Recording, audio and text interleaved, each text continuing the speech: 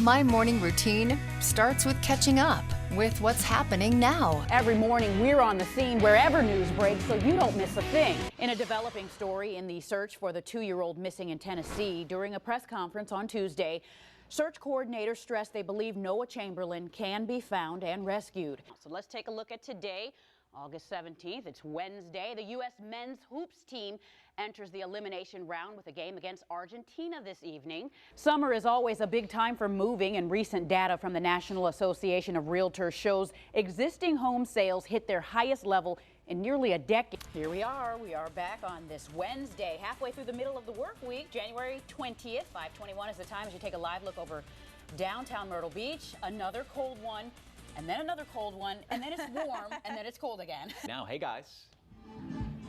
Good evening, Devontae. Well, this is what's happening. It's after 6 now, and the music is definitely taking to the stage. It sure is. You know, Gary Louder and Smoking Hot just got underway. You can see from behind us.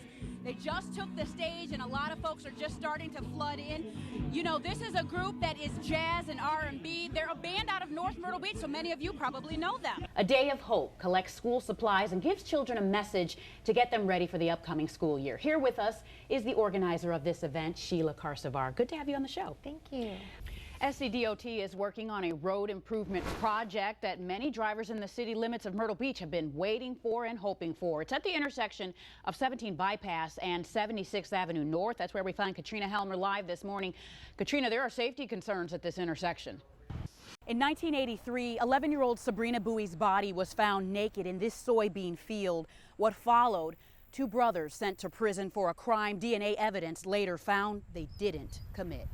The details of Sabrina Bowie's death are horrific. It was a Saturday evening in September of '83. Sabrina had been playing Pac-Man like she always did at the Hardin's grocery store just a few miles from her home. But on that night, she wouldn't return. Instead, she was raped in this field and her underwear stuffed down her throat with a tree limb until she stopped breathing. Robeson County District Attorney Johnson Britt says the next day a search party was formed. A family friend observes and finds a vest, a hair bow that are identified as Sabrina's, and they start looking around and they notice there's an area in the soybean field that appears to be mashed down, and they walk over there and there's Sabrina sprawled on the ground, naked, obviously dead.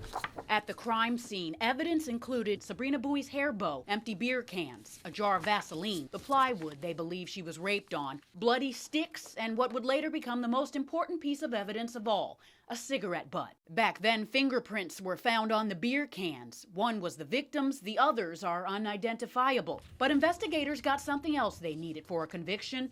A confession. 19-year-old Henry McCullum and 15-year-old Leon Brown, half-brothers who lived in Sabrina's neighborhood, signed the police-drafted confession, went to trial, and were convicted. McCullum was sentenced to death. Brown got life in prison. The reason they confessed was because of law enforcement tactics. But Kenneth Rose, the senior staff attorney at the Center for Death Penalty Litigation in Raleigh, who also represents Henry McCullum, says the confessions were coerced. Law enforcement brought him in and then badgered him and said, "We know you did it, we know you did it." During questioning, versions of what happened changed. The brothers' story went from they didn't do it to their distant cousin said he wanted to have sex with her, to admitting to the rape but placing partial blame on the cousin for the murder. Although there was no physical evidence linking the brothers to the crime and they recanted the signed confession during trial, it was too late. In 1991 and 92, there was a retrial, but it wasn't until 2009 when their fate would begin to take a turn. From behind bars, Leon Brown wrote a letter to the North Carolina Innocence Inquiry Commission, the only agency of its kind in the nation, asking for their help. Our job is to investigate and evaluate post-conviction claims of factual innocence. Kendra Montgomery Blinn and Sharon Stellato and the team at the commission reviewed the case for 4 years and spent more than $87,000 testing the evidence. Thanks to advancements in DNA technology, they found a fingerprint on the cigarette, never seen before,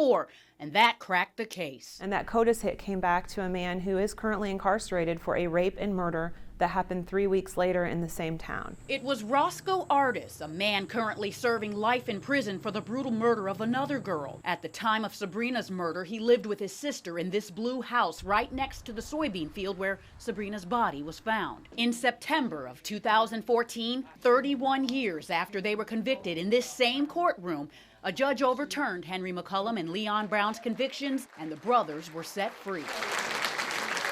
They declined to discuss the ordeal, understandably still adjusting to it all. They still are adjusting. They want their privacy, and I think they are still feeling just the foreign nature of being out of prison after 30 years.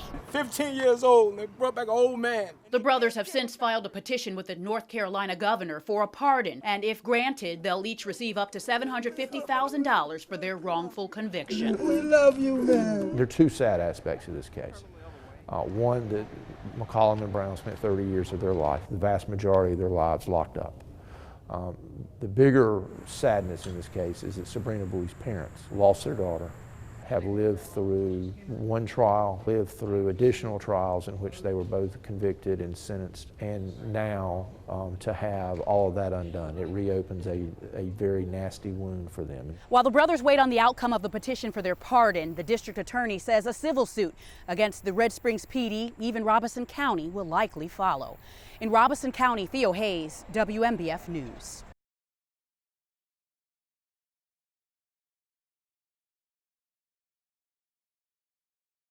Back to school with WMBF News today is as easy as 1, 2, 3. From the best places to find last-minute school supplies to websites that will help your kids with homework. Plus, your accurate first alert bus stop forecast so you know exactly what the kids need before they head out the door. And your first alert traffic so you can avoid those traffic tie-ups. Like us on Facebook to answer our back-to-school question of the day, and you could win a WMBF News coffee mug. And take us with you on your mobile phone so you're always connected. So get back to school With WMBF News Today.